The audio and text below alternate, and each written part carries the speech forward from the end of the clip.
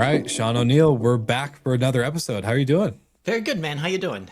Doing great, doing great. It's another busy week, but we're cranking away, and we That's have right. we have a lot to talk about on this episode. We were talking before the recording. This session from Skip Global Forum, featuring our CEO Rafid Ali and the CEO and founder of OYO, which is now Prism, Ritesh Agarwal. I'm saying that right, or am I saying that wrong? Yeah, Ritesh. Yeah, Okay. Ritesh Agarwal. Yep. Agarwal. Okay. My biggest fear for all the listeners is, as a Yes. podcaster, is getting the names wrong. Always the biggest fear. But I want to kind of jump into this because, as I mentioned, I'm used to saying Oyo for Prism, which is now the rebranded name. But when you listen to back this session, what's the clearest signal that Prism is really trying to be judged on as a broader hospitality platform and not just Oyo? Because I think they're really pushing away from Oyo roots to this new kind of like reborn name. Yeah, it's requiring me to sort of level set in my head what the expectations are of Prism. And I first interviewed Ritesh back in 2018. Like I was my first Skift article was then, and saw him in 2019, and then I've seen him on stage multiple times. And over that time, originally it was you have these independent hotels. We're just going to sort of put this distribution system over top of it, and we'll help you get direct digital bookings.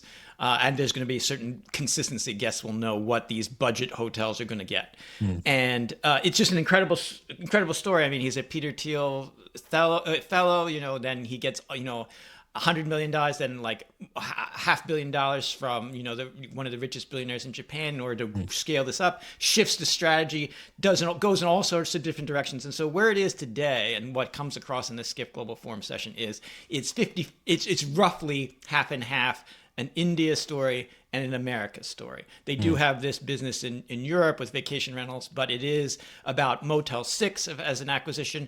And then it's about moving upscale in India, where about 1,500 of their properties are premium properties. And then the 8,500 are the budget. And so one of the things he points out is he wants to move more into the management section, especially for those 1,500 premium properties, that there isn't a third-party management culture in India the way there is in the U.S. So many hotels in the U.S., lodging as well as I do. That's so key to how it's run here in the States. And so I think it's a complicated pivot, but that was my takeaway. Yeah, it feels like there's more management companies than hotels here in the United States. Yes. And then of course in India it's more hotels than any management. So yeah, it's a good reverse. And you mentioned Motel 6. I actually want to talk about this part of the session. I found it the most interesting because also when I saw the acquisition of Motel 6, I was kind of shocked, as that was the brand that they went for. And in this session, Ritesh actually calls Motel 6 iconic, but he also says that the business needed a full retooling.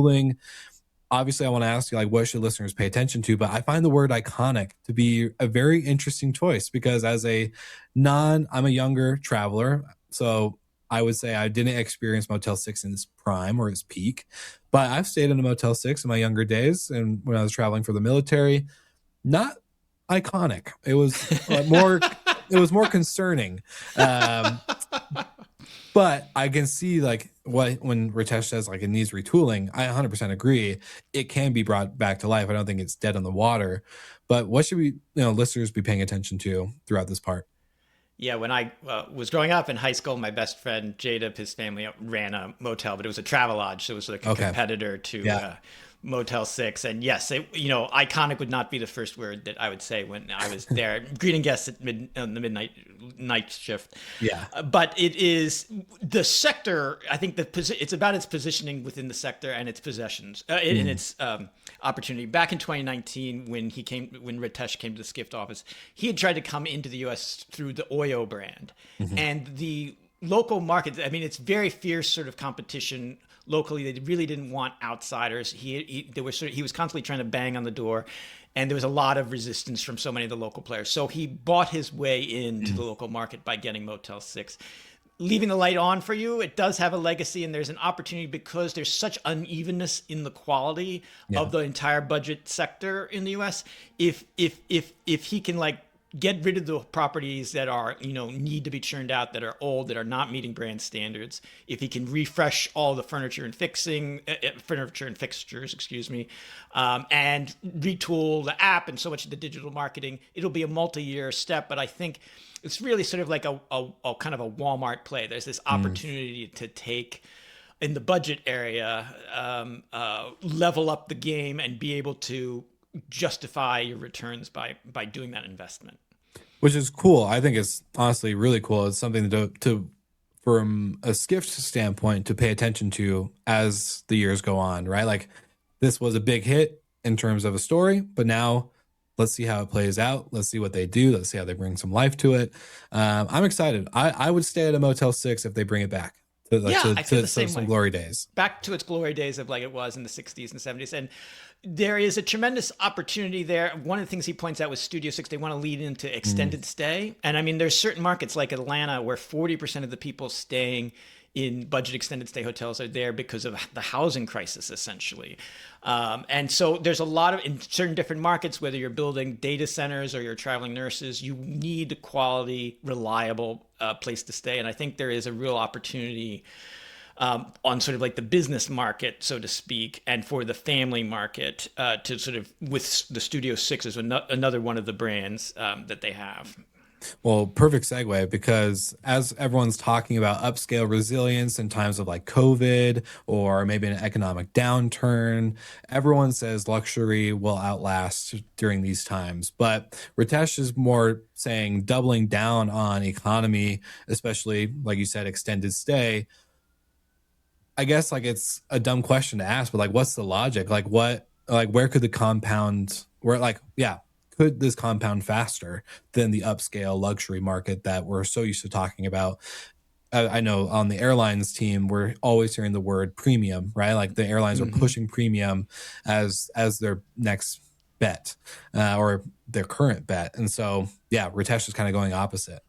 Yeah, I think it's a bold pivot, and we'll see what happens. But it does make sense. I mean, Wyndham and Choice, which together have about 30% of the branded budget market in the U.S. in terms of room count, they've been sort of like that's been static since 2018. Like they have not been growing their share, and they sort of never talk about. They're always talking about trying to move up market all the time. And it's leaving this opportunity open. And I think just you think about consumer behavior broadly in the US, the Macy's of the world, the ones that are in the middle have all been struggling. But at the Walmarts that deliver a Costco delivering a consistent experience in sort of like a premium budget end, compared to sort of the other kinds of discounters. And then that offers an opportunity for margin because that is where the demographics are going. And there's a need for sort of a reliable, if you have efficiencies of scale and efficiencies in marketing, you can find that premium and get that margin out there. So I think he's seen an opportunity in the market that has been overlooked by others. And so it'll be interesting whether he can execute. I believe in the thesis, but trying to execute is always hard. Well, in this economic time, I was seeing a LinkedIn post. I've seen quite a few actually around how the $150 ADR rate is gone, right?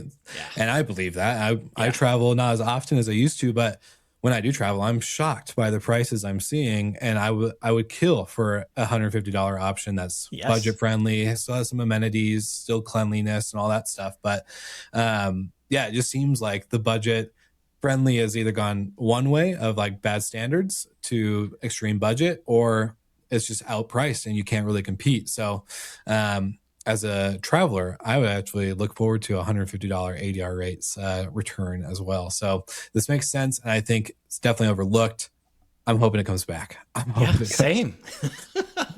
I love it. Well, Sean, this was also a really great session. I know you didn't lead this one, but getting to discuss it today as Rafit and Ritesh get really dense in the session. So I think the listeners take extra time on what you're about to hear moving forward with Rafit and Ritesh.